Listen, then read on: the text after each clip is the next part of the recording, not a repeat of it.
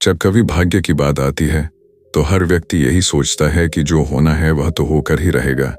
फिर आप कितनी भी मेहनत करें या बिल्कुल ना करें, जो भाग्य में नहीं है वह नहीं मिलेगा, और जो भाग्य में है वह अवश्य मिलेगा।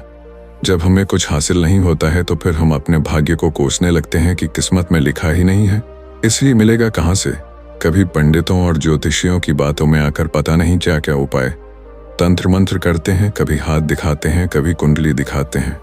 हमारी वही पुरानी आदत, दूसरा व्यक्ति तो बिना मेहनत के इतना खुश है, सब कुछ है और आराम की जिंदगी है, मेरे ही भाग्य में कुछ नहीं है। ये तो वही बात हुई कि अजगर और चिड़िया भी तो कुछ काम नहीं करते, कुछ मेहनत नहीं करते, फिर उन्हें भी तो खाना मिल ही जाता है। तो जो भाग्य में होता है मिल ही जाता है, बस धैर्य रखना चाहिए। ऐसी सोच लेकर चले तो बेचारा भाग्य भी क्या करेगा। एक कहावत है, अजगर करे ना चाकरी, पंछी करे ना काम, दास मलूका कह गए, सबके दाता राम। एक बात हमेशा ध्यान रखनी चाहिए कि समस्या से जूझे बिना हल नहीं मिलेगा, और जो समस्या से जूझ गया उसका भाग्य जरूर चमकेगा। भाग्य है क्या? सिर्फ भगवान की कृपा। जीवन में कैसी भी विषम परिस्थिति सामने आए फिर भी हमें अपने इष्ट या अपने गुरु पर विश्वास बनाए रखना चाहिए। भाग्य अपना कार्य करता है। शास्त्र कहते हैं कि भाग्य बड़ा प्रबल है, मगर पुरुषार्थ द्वारा भाग्य को सौभाग्य में बदला जा सकता है। आपकी सोच भी उसी तरह ही काम करती है। जैसे एक भिखारी जब तक भीख मांगता है तो वह सिर्फ भीख ही मांगता है और ये सोचता है एक दिन का जितना भाग्य में लिखा होगा मिल जाएगा, और वह जिंदगी भर भीख ही मांगता रहता है। अगर वह थोड़ा आगे बढ़ने की कोशिश करें और एक जूता पॉलिश करने वाला ब्रश खरीद लाए और जहां वह भीख मांगता है वहीं बूट पॉलिश करना शुरू कर दे, तब भी वह भाग्य के ही भरोसे रहेगा कि जितना मिलेगा मिल जाएगा। लेकिन उसका काम थोड़ा बढ़ा, वह कर्मठ बना और मेहनत करने लगा। उसने कर्म शुरू किया। धीरे धीरे वह सोचेगा कि बूट पॉलिश की एक स्थायी दुकान खोली जाए, उसके बाद काम को और बढ़ाया जाए।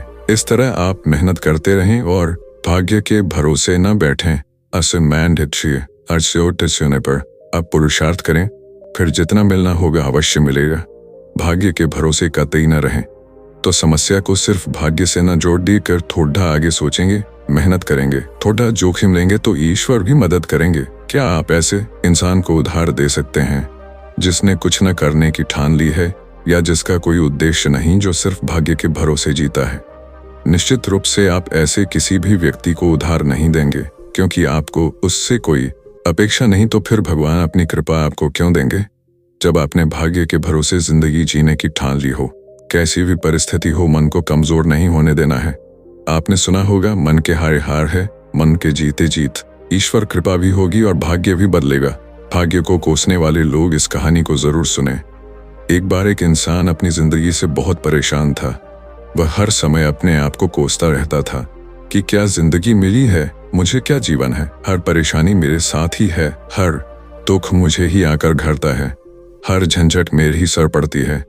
एक दिन इसी तरह अपने आप को बैठा हुआ कोस रहा था कि क्या नसीब है, मेरा क्या किस्मत है, मेरी क्या जिंदगी है मेरी, कि तभी अचानक एक बाज अपने शिकार को पंजों में दबाए हुए एक पेड़ पर आकर बैठ जाता है और वहीं पर अपने उस शिकार को खाने लग जाता है। यह परेशान आदमी जब उस बाज को देखता है तो कहने लगता है कि क्या जिंदगी है, इसकी क्या जीवन जी रहा है। मजे का ना इसे खाने की चिंता, ना पीने की, ना पहनने की, और न ही परिवार की शिकार करता है और मस्त खुली हवाओं में कभी इधर घूमता है कभी उधर घूमता है, सारे दिन आसमान में उड़ता रहता है। असल जिंदगी तो यही है, जीवन तो यह जी रहा है। और फिर वह आसमान की तरफ देखकर जोर जोर से चिल्लाता है कि काश मैं भी एक बाज होता तो मुझे भी कोई दुख ना होता, मुझे भी कोई परेशानी ना होती, काश मैं भी एक बाज होता। जब वह 2 से 3 बार जोर जोर से चिल्लाता है कि काश मैं भी एक बाज होता तो मुझे भी कोई दुख ना होता, मुझे भी कोई परेशानी ना होती, तो अचानक आसमान में बिजली कड़कने लग जाती है और आसमान से आवाज आती है कि हे इंसान, क्या ये हमने सच सुना कि तू हमारी दी हुई जिंदगी से परेशान है और तू एक बाज बनना चाहता है? तो इस आकाशवाणी को सुनकर यह इंसान हैरान रह जाता है और आसमान की तरफ देखकर कहता है कि हाँ, मैं सच में अपनी जिंदगी से बहुत परेशान हूँ, क्योंकि हर परेशानी मेरे साथ ही है, हर दुख मुझे ही है, हर तकलीफ मेरे ही साथ है। तो आसमान से फिर आवाज आती है कि हे इंसान, एक बार फिर सोच ले, हमने तुझे बड़ी प्यारी जिंदगी दी है, लेकिन अगर फिर भी तू चाहता है कि हम तुझे बाज बना दें तो हम तुझे बाज बना देंगे। लेकिन अगर एक बार हमने तुझे बाज बना दिया तो फिर हम तुझे बाज से इंसान दोबारा नहीं बनाएंगे। तो यह आदमी तुरंत जवाब देता है कि मैंने अच्छी तरह से सोच लिया है कि मुझे बाज ही बनना है, और एक बार बाज बनने के बाद मैं दोबारा कभी नहीं कहूँगा कि मुझे इंसान बनना है। तभी ऊपर से आवाज़ आती है कि जैसे तुम्हारी इच्छा, और वह इंसान बाज बन जाता है। बाज बनते ही वह इंसान खुली हवाओं में उड़ने लगता है। कभी उड़ता हुआ इधर चला जाता है, कभी उड़ता हुआ उधर चला जाता है, और सोचता है क्या मज़े की ज़िंदगी है। असल ज़िंदगी तो यही है, ना कोई चिंता, ना कोई परेशानी, ना कोई डर। वह सारा दिन ऊंचे आसमान में उड़ता रहता है। 2-3 मिनट पंख मारता है, उसके बाद पंख मारना बंद कर देता है और लंबे समय तक हवाओं में तैरता रहता है। इसी तरह हवाओं में तैरते हुए शाम का समय नज़दीक आ जाता है तो वह सोचता है कि मेरे पास रहने का एक ठिकाना भी होना चाहिए, मेरा अपना एक घर होना चाहिए जहाँ मैं रात में आराम कर सकूं। तो ये सोचकर वह छोटी छोटी लकड़ियां इकट्ठा करने लग जाता है और एक ऊंचे पेड़ पर अपना घोंसला बनाने लग जाता है। एक एक लकड़ियां इकट्ठा करके वह अपने लिए एक सुंदर सा घोंसला तैयार कर लेता है और रात में उसी में सो जाता है और सोचता है सुबह उठकर शिकार भी करूंगा, सुबह उठकर फिर से मौज मस्ती भी करेंगे, खुली हवाओं में उड़ेंगे। है लेकिन इसे वहां भी कोई शिकार नहीं मिलता। शाम का समय नजदीक आ जाता है तो मायूस होकर वापस अपने घोंसले की तरफ लौट रहा होता है कि रास्ते पर थक कर एक पेड़ के ऊपर बैठ जाता है। जब यह उस पेड़ के ऊपर बैठा होता है तो उसकी नजर एक बीमार चिड़िया पर पड़ती है जो कि लावस्था में होती है। यह तुरंत जाकर उसे दबोच लेता है, उसके पंख निकालकर अलग कर देता है और उसे खा जाता है। उस चिड़िया को खाने के बाद वह अपने घोंसले की तरफ उड़ जाता है और रास्ते में सोचता है कि चलो बीमार चिड़िया ही सही। वह अपने घोंसले पर पहुंचकर आराम करने लगता है और सोचता है सुबह एक अच्छा सा शिकार पकड़ूं और अपनी भूख मिटा लूंगा। जैसे ही सुबह का प्रकाश होता है ये निकल पड़ता है अपने शिकार की तलाश में। हवा में उड़ता रहता है लेकिन आज फिर कोई शिकार इसके हाथ नहीं आता। काफी समय बीत जाता है। यह ऊंचाइयों पर जाकर अपनी तेज नजरों से शिकार को ढूंढने की पूरी कोशिश करता है लेकिन इसे कोई भी शिकार नजर नहीं आता। फिर यह पास के उस जंगल की तरफ चला जाता है लेकिन इसे वहां भी कोई शिकार नहीं मिलता। इसी प्रकार पूरे दिन उड़ते उड़ते शाम का समय नजदीक आ जाता है तो यह निराश होकर वापस लौटने लगता है और रास्ते में एक पेड़ पर आकर बैठ जाता है। सोचता है शायद आज फिर कोई बीमार चिड़िया मेरा इंतजार कर रही हो, लेकिन हर बार किस्मत मेहरबान थोड़ी होती है। आज इसे कोई बीमार चिड़िया नहीं मिलती। ये थक हार कर वापस अपने घोंसले की तरफ चल पड़ता है और घोंसले पर पहुंचकर भूखा प्यासा ही सो जाता है और सोचता है कल सुबह एक बड़ा सा शिकार पकड़ा और आज की भूख भी मिटा लूंगा। रात को अपने घोंसले में सोया होता है, गहरी नींद में होता है कि तभी एक भयानक तूफान आता है। इस तूफान की हवा इतनी तेज होती है कि इसके घोंसले को उड़ाकर एक जगह फेंक है और वे कहीं दूर दूसरी जगह फेंकते हैं तो ये जहां पर गिरता है वहां नीचे एक चौड़ा लकड़ी पड़ी होती है जो इसके पंजे में गड़ जाती है और इसे बुरी तरह घायल कर देती है। तूफान के रुकने के बाद बारिश शुरू हो जाती है। तेज बारिश होती रहती है पर यह किसी तरह से पेड़ों के नीचे छुपकर बैठा रहता है। बड़ी मुश्किल से इसकी रात कटती है। जब सुबह होती है तो बारिश रुक जाती है। बारिश के रुकते ही चारों तरफ खुशियां छा जाती हैं, चारों तरफ हरियाली छा जाती है। नदियां और झरने तेजी से बहने लगते हैं। सब कुछ फिर पहले के जैसा हो जाता है लेकिन ये बाज अब पहले के जैसा नहीं रहा। इसका पांव बुरी तरह घायल हो चुका है। इसके पंजे में जो लकड़ी लगी थी उसकी वजह से इसका पंजा बुरी तरह छत बिछत हो गया है।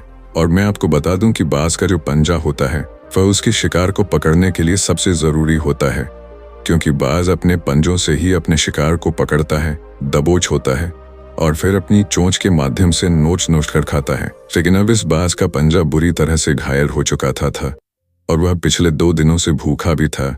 ये शिकार की खोज में थोड़ा सा उड़ता है कि शायद फिर कहीं कोई बीमार चिड़िया इसे मिल जाए, लेकिन कहाँ बार बार कोई बीमार चिड़िया मिलने वाली थी। वह कुछ देर तक उड़ता है लेकिन फिर भूख और दर्द के मारे थक कर एक पेड़ पर आकर बैठ जाता है। वह पेड़ पर आकर बैठ तो जाता है लेकिन उसे पता नहीं था कि यहाँ एक और मुसीबत उसका इंतजार कर रही है। और वह मुसीबत यह थी कि 8-10 कौओं का एक झुंड मिलकर इसे परेशान करने लग जाते हैं। इसके ऊपर आकर इसके ढाव में चोंच मारने लग जाते हैं उन्हें भी पता चल जाता है कि यह बाज घायल है और भूख की वजह से कमजोर भी है। यह बाज उनसे बचने के लिए थोड़ा सा उड़ता है और फिर जाकर बैठ जाता है, उनसे पीछा छुड़ाने का प्रयास करता है, लेकिन वह फिर इसके पीछे आ जाते हैं तो यह फिर उड़कर थोड़ी दूर चला जाता है, लेकिन वह इसका पीछा नहीं छोड़ते और बार बार इसके पास आकर इसे परेशान करते हैं। कौवे अक्सर बाज के साथ ऐसा करते हैं, लेकिन फिर बाज भी उनके साथ एक खेल खेलता है। जब कौओं का झुंड बाज को परेशान करता है और उनका पीछा नहीं छोड़ता तो बाज हवा में सीधी उड़ान भरने लग जाता है।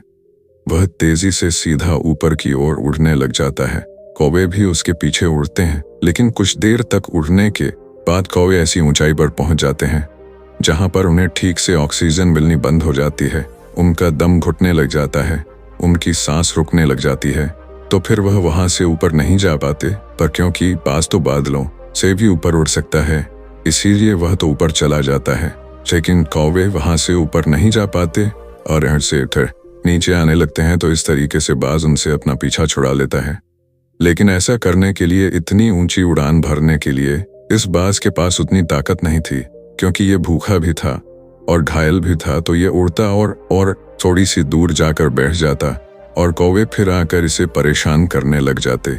इसी तरह भूख और घायल हालत में एक दिन गुजर जाता है, दूसरा दिन गुजर जाता है, तीसरा दिन गुजर जाता है, लेकिन इस बाज की हालत में कोई सुधार नहीं हो रहा था। वह बद से बदतर होती जा रही थी।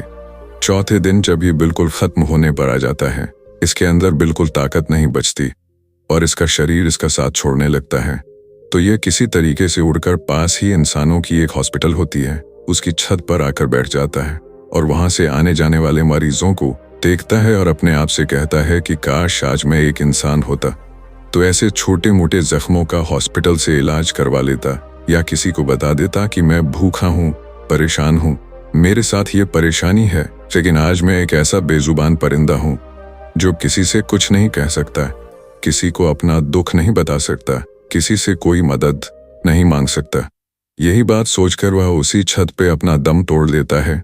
वह अपनी जान की कुर्बानी तो दे जाता है, लेकिन साथ ही साथ हमें यह सीख भी दे जाता है कि आपको जैसा बनाया गया है, आप जैसे भी हो उसी में खुश रहो और उसी में बेहतर करने की कोशिश करते रहो, ना कि इस बात से परेशान रहो कि काश में ऐसा होता, काश में वैसा होता, काश मैं यह बन जाऊं। आपको जैसा भी बनाया गया है, आप उसी में अपना सर्वश्रेष्ठ करने का प्रयास करते रहो। दोस्तों, यह कहानी तो काल्पनिक है, लेकिन हमें जीवन का एक बहुत ही महत्वपूर्ण नियम सिखा कर जाती है कि हम जैसे भी हैं अच्छे हैं, बस हमें उसी में अपना सर्वश्रेष्ठ करने का प्रयास करते रहना चाहिए। धन्यवाद।